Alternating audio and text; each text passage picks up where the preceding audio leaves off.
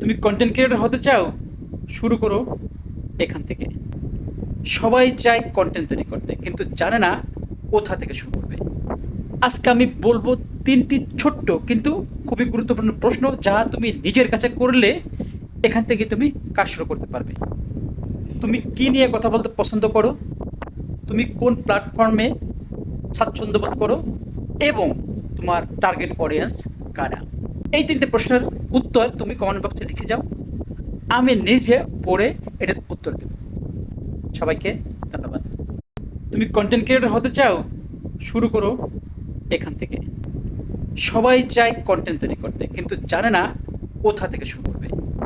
আজকে আমি বলবো তিনটি ছোট্ট কিন্তু খুবই গুরুত্বপূর্ণ প্রশ্ন, যা তুমি নিজের কাছে করলে এখান থেকে তুমি কাজ শুরু করতে পারবে।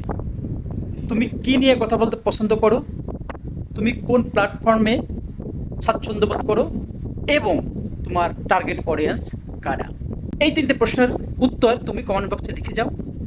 আমি নিজে পড়ে এটার উত্তর দেব। সবাইকে ধন্যবাদ।